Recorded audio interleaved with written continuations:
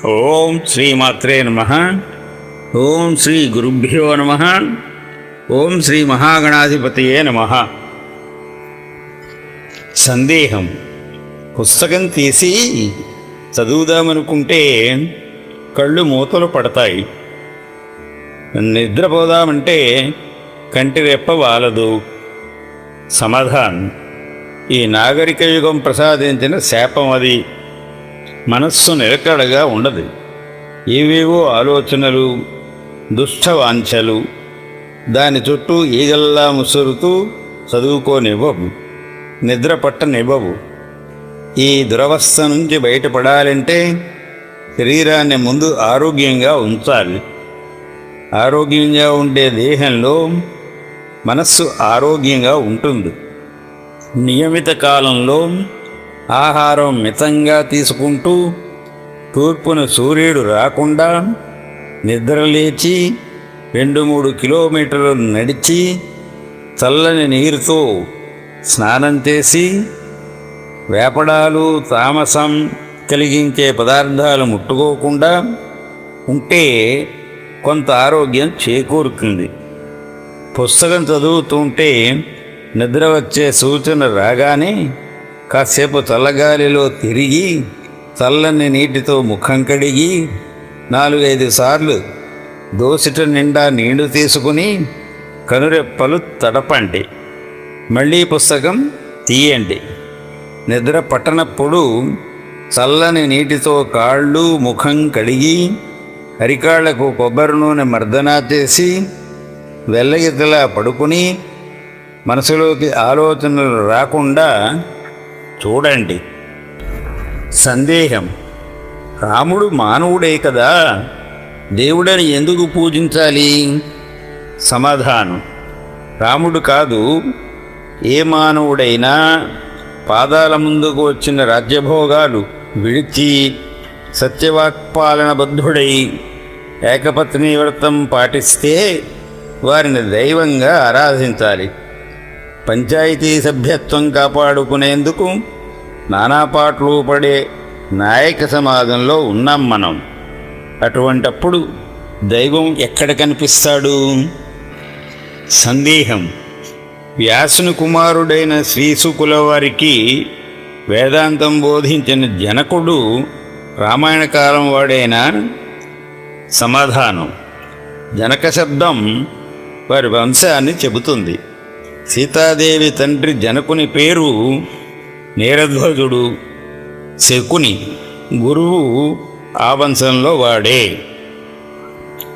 సందేహం. వెంకటేశ్వర స్వామిని బాలాజీ అంటారెందుకు? సమాధానం. 7 కొండల మీద ఉన్న విగ్రహం బాలా త్రిపుర సుందరి హరిహరమూర్తి అని కొందరు భావిస్తారు. మనం కమలనాథుడైన శ్రీమన్నారాయణుడిగా ఆరాధిస్తాం. ఏమైనా దేశాల నుంచి భక్తులను ఆకర్షించే అతీత శక్తి ఏదో ఆ విగ్రహంలో ఉన్నది అనేది ప్రత్యక్షంగా కనిపించే సత్యం. సందేహం. సముద్రం 3 అడుగులు వెనక్కు తగ్గిందని, అందువల్ల మళ్ళీ గోదావరి వరద ముంచుకొస్తుందని అంటున్నారు. సమాధానం. సముద్రం 3 అడుగులే కాదు, 30 అడుగులు కూడా వెనక్కుపోతూ ఉంటుంది.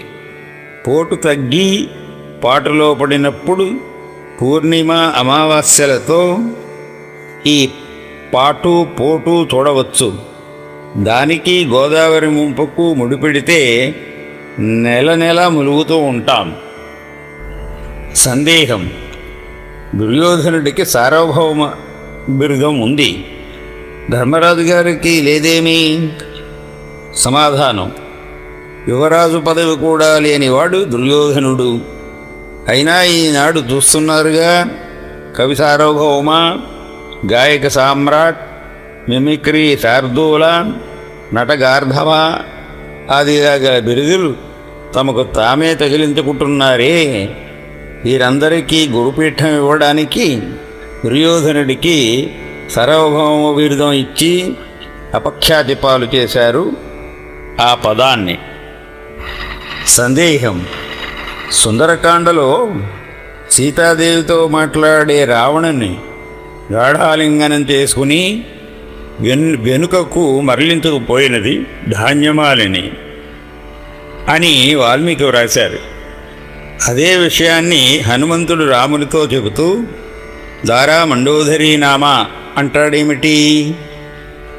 సమాధానం: లంకలో తిరుగుతున్న హనుమంతునికి రావణుని పట్టమహిషి పేరు మాత్రమే తెలుసు. మిగిలిన రాణుల నామాలు తెలిసే అవకాశం లేదు. పైగా రావణునంత వాణ్ణి మందలించి వెనుకకు త్రిప్పగలిగే శక్తి పట్టమహిషికే ఉంటుందని హనుమంతుడు భావించాడు. ఆ దృష్టితోనే వాల్మీకి హనుమంతుని చేత మండోదరి పేరు తెప్పించాడు. అందుకే ఆయన ఆదికవి. సందేహం: కురుక్షేత్రంలో అంత కోలాహలం మధ్య ధర్మరాజు అశ్వత్థామ హతః అంటే ద్రోణాచార్యులకు ఎలా వినిపించింది? పెళ్లికి చావుకి మైకు రాక్షసి వాడవాడలా ధ్వని కాలుష్యం పెంచి గుండెదడ వృద్ధి చేయని కాలంలో హరికథా పితామహుడు ఆదిభట్ల నారాయణదాసు గొంతెత్తి శంభో అంటే 10,000 మందికి వినిపించేది. ఈ శతాబ్ది పూర్వార్ధంలోనే అంత గంభీర కంఠం ఉంటే 5,000 సంవత్సరాల క్రితం ఎలా ఉండాలి? గాత్రాలు ఏ కాలుష్యము ప్రకృతిని నాశనం చేయని రోజులలో. సందేహం: భారత యుద్ధంలో భీముడు విసిరిన రథాలు ఆకాశానికి ఎగిరాయంటారు. సమాధానం: అంటారు కవులు. అతిశయోక్తి అని ఒక అలంకారం ఉంది. దాని ప్రకారం 10 మైళ్ళు పరిగెట్టగలిగితే 100 మైళ్ళు అవుతుంది.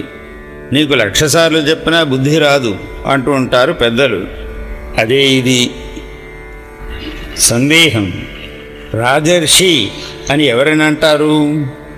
సమాధానం: చతురంగ బలాలు సేవిస్తూ ఉంటే, అంగరంగ భోగాలు అందుబాటులో ఉన్నా, తామరాకు మీద నీటి బిందువుల భోగభాగ్యాల మీద మనసు పడకుండా పరతత్వాన్ని ఉపాసిస్తూ కర్తవ్యాన్ని నిర్వర్తించే ప్రభువులు రాజర్షులు.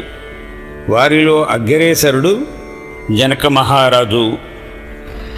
సందేహం: పురాణాలలో కనిపించే అద్భుతాలన్నీ నిజాలా? సమాధానం: చమత్కారం ఎక్కడున్నదంటే పురాణాలు, ఇతిహాసాలు వేదం ప్రతిపాదించిన ధర్మాన్ని మానవులకు సులభంగా సుఖంగా అర్థం చేసుకోవడానికి పుట్టిన కథలు. వేదార్థోపబృంహణంగా వ్రాస్తున్నానని వ్యాసభగవానుడు గొంతెత్తి ఘోషించాడు. ఆ మాట వినిపించుకోకుండా కథలనే పట్టుకు ప్రాకులాడే మేధావులు పెరిగారు. కథ అనేది పంచదార పూత. ఆ కథ బోధించే నీతి మన మనసులో మాలిన్యాలను క్షాళనం చేసే రసాయనం. దాన్ని సేవించాలి. సందేహం: ఎవరైనా ఆయుర్దాయం ఉన్నంతకాలమే జీవిస్తారా? సమాధానం: ఈ సందేహం ఎందుకు కలిగింది? ఆయుర్దాయం ఉన్నంతవరకే జీవిస్తారు. ఏ వైద్యుడైనా రోగానికి చికిత్స చేస్తాడు, ఆయుర్దాయాన్ని పెంచలేడు. ఆ శక్తి ఉంటే అంతరిక్షంలో విహరించే విజ్ఞానం వృద్ధి చెందిన దేశాలలో సైంటిస్టులు అమరులయ్యేవారు. కనుకనే ఆపరేషన్ జయప్రదం, ప్రాణి ఎగిరిపోయింది అంటారు.